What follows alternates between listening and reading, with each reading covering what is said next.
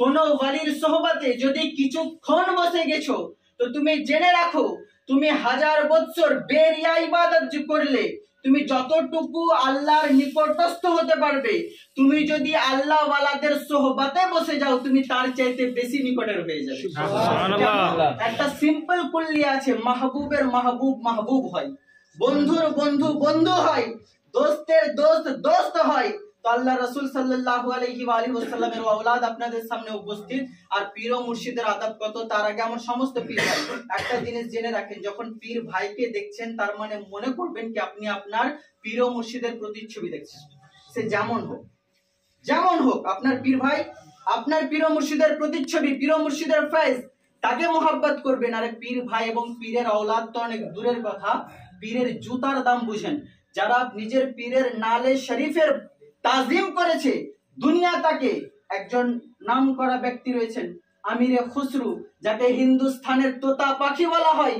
আমিরে খুসরু আলাইহির রহমা, বড় বড় কবি এসেছেন, তাদের কবর খুঁজে পাওয়া যায় না, কিন্তু কি ব্যাপার, যিনি দিল্লির সুলতান, যাকে নিজামুদ্দিন বলা হয়, নিজের কাছে আপনাকে জায়গা দিয়েছেন।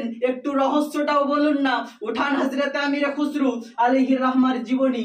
উনি একদিন রাজ দরবার থেকে বেরিয়েছেন, আর বেরোনোর পরে এক জায়গায় দাঁড়িয়েছেন, তো উনি খুশবু মাহসুস করছেন কি ওনার পীর ও মুর্শিদের সেন্ট আসছে, আর সঙ্গে একদল লোক আসছে। উনি জিজ্ঞেস করলেন, তোমাদেরকে আল্লাহর কসম, তোমাদেরকে আল্লাহর দোহাই বলো, কি ব্যাপার, আমি তোমাদের কাছ থেকে আমার মাহবুবের, আমার মুর্শিদের খুশবু পাচ্ছি, ব্যাপারটা কি? তারা বলল, আমরা দিল্লি গিয়েছিলাম, নিজামুদ্দিন আলাইহির রহমার বারগাহে কদম তলায় উপস্থিত হয়েছিলাম, কিছু চেয়েছিলাম, হযরতের কাছে ওই টাইমে কিচ্ছু নাই দেবেন, উনি নিজের জুতা মুবারক খুলে দিয়েছেন, যাও এটাই নিয়ে চলে যাও। এটা না শান আওলাদে রাসূলদের, এটা তো শান আওলাদে রাসূলদের, কারণ তাদের শান হলো এরকম কি তাদের দরবারে যে যা চায় আল্লাহর তরফ থেকে সেটা পূরণ হয়। সুবহানাল্লাহ, বেশক সুবহানাল্লাহ। উনি বললেন যে আমার মুর্শিদের খুশবু পাচ্ছি, কি আছে? জুতা মুবারক বের করে দেখানো হলো, হুজুর এটা দেওয়া হয়েছে, আমাদের কোনো কাজে লাগে না। উনি বললেন, এটা আমি কিনতে চাই, খরিদ করতে চাই, তোমরা কত নেবে?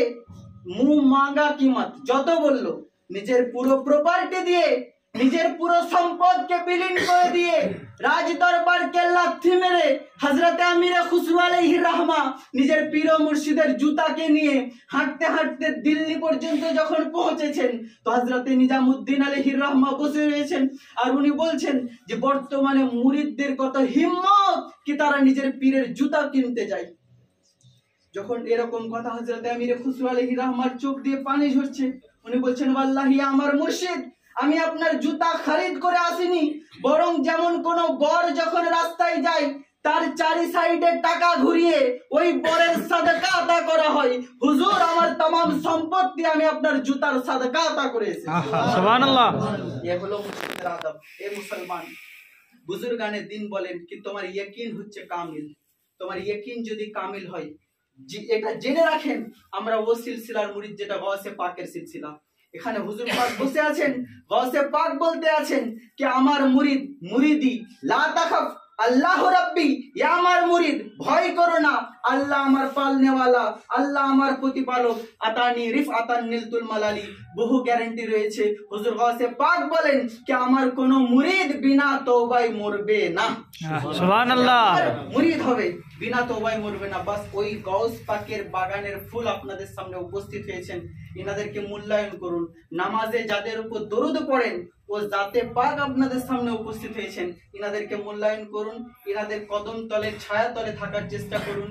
ইনাদের সঙ্গে যদি আমরা থাকি ইনশাআল্লাহ আজ্জা ওয়া জাল কিয়ামতে ইনাদের সঙ্গেই উঠবো, যাদের জন্য বেরেলির তাজদার 1400 কিতাবের লেখক দুনিয়া যাকে মুজাদ্দিদে জামা আলা হযরত বলে, তো যে বাচ্চা जो तेरा तिफल है কামিল হে ইয়া গাউস, আমি সারা জিন্দেগির ইবাদত করে নাকিস রয়েছি, কিন্তু আপনার ঘরে যে বাচ্চা জন্ম হয় ঈমানেও কামিল হয়, বেলায়েতেও কামিল হয়।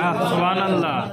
তিনি বলতে আছেন, দো জাহাं में खादिमे आले रसूल अल्लाह कर हजरत आले रसूल मुक्तदा के वास्ते वक्तव्य से कादरी रख कादरियों में उठा कदरे अब्दुल कादिर कुदरत नुमा के वास्ते और अलैना इल बलागुल मुबीन। अस्सलामु अलैकुम व रहमतुल्लाह।